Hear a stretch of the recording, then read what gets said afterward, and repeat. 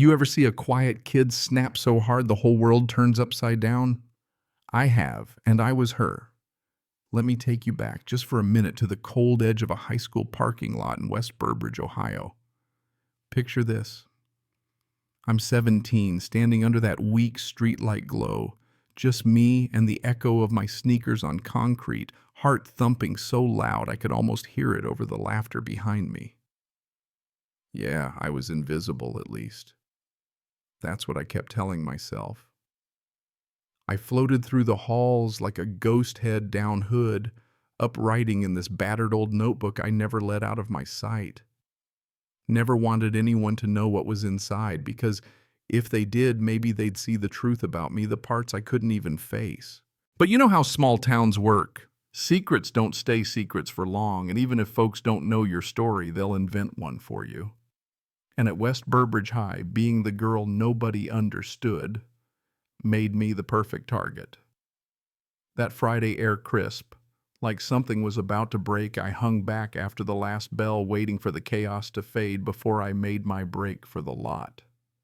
That's when I heard them voices, sharp as broken glass, and I just knew deep down it was gonna be one of those days. Kay Monroe led the charge. Yeah, the queen bee, the one with the perfect blonde ponytail and the smile that could freeze a lake. She always traveled with her crew, Tara and Becca glued to her side, plus Jake and Tyler, those football guys who thought they owned the world. I kept my eyes on my old hatchback, willing myself forward, but I should have known better. Kay stepped in front of me, blocking my path, fake sweet as ever, tossing out insults like they were confetti. Hey, freak show, where you running off to? Got a date with your diary? The others howled. I gripped my keys so tight they dug into my palm, hoping if I just kept quiet they'd lose interest and move on. But Kay wasn't satisfied with that. She yanked my backpack off my shoulder before I could react. Tara twisted my arm back, pain shooting through me, while Kay went fishing for my notebook. "What's in here?" she sneered. "Your tragic poetry.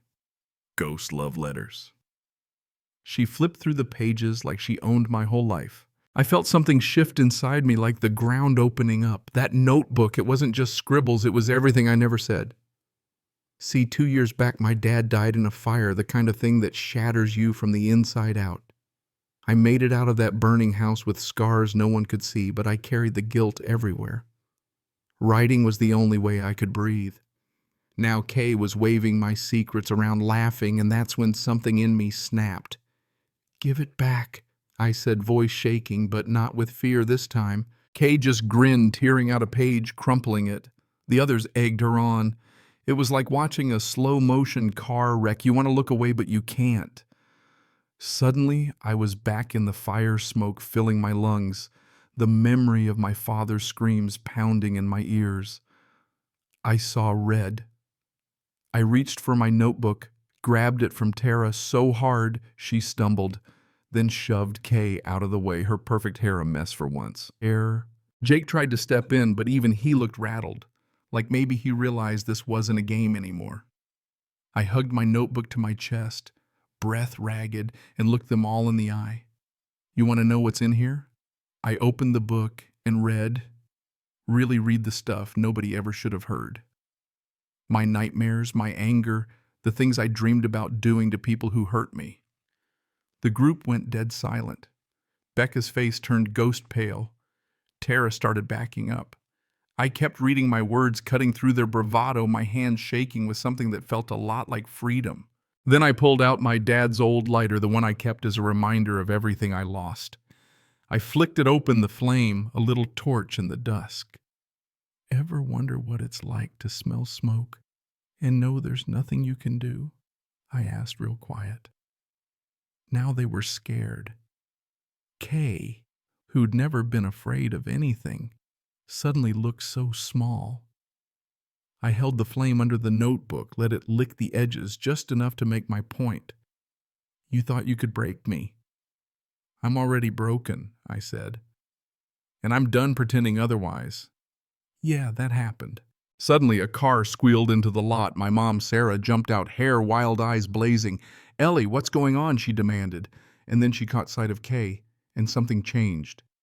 "You," she said, stepping forward. her voice colder than I'd ever heard. "You're Robert Monroe's daughter, aren't you?" Kay went pale, shaking her head. But Mom just kept coming, voice trembling with a rage I'd never seen before.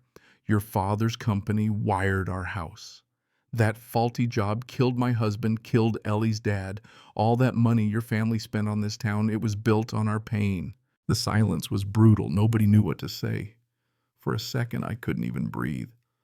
I'd always suspected there was more to my dad's death, but hearing it out loud, that was like being punched in the gut. Kay started crying, swearing she didn't know, but her eyes gave her away. Maybe she didn't know the details, but she knew enough to hate me, to blame me for something she couldn't fix. Mom grabbed my arm, grounding me when I felt like I might burn the world down. "This isn't you, Ellie," she whispered. I dropped the lighter, the clang ringing out across the pavement, and just like that, the moment was over. Jake and Tyler mumbled something about being sorry, heading for their truck.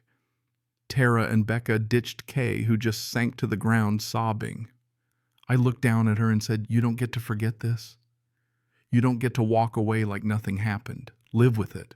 We drove off, and for the first time in ages, I felt the weight in my chest ease up. I still had my notebook, still had my scars, but now I had something else too, a sense of relief, maybe even pride. But you know how small towns work. The next day, some kid posted a shaky phone video of the whole scene online. It exploded, half the school calling me a hero, the other half saying I'd gone off the deep end. The real twist. The local news picked it up. Suddenly, folks started digging into Kay's family, finding out her dad's company had cut corners all over town. Lawsuits flew, the Monroes went down in flames, and for once, the people who started the fire paid for it. I didn't care about the headlines. I just started writing again. Real writing, not just survival. I wrote about the parking lot, the fire, the moment I finally stopped being invisible. I wasn't a ghost anymore. I was me. Ellie Harper. And even though the rage still burned, I wasn't afraid of it now. It was part of me, not the whole story. But hey, that's not really an ending, is it? Some folks say justice got served, others say I went too far. But what would you have done if you were me, if you carried that weight? Tell me. I want to know if you believe I did the right thing, or if you see it another way. Drop your take in the comments. Let's hear what justice means where you're from. Because I'm pretty sure the world could use a little more honesty these days. Xin chào các bạn, mình là Trinh, mình phụ trách viết content. Trên đây là những công... Vamos supor, você falou negócio sério. It is cold, yeah. Next one? Alright. Thank you, man. Hey, if you guys have any trouble, let somebody know, please. After the tree to hold on to. Yeah, they're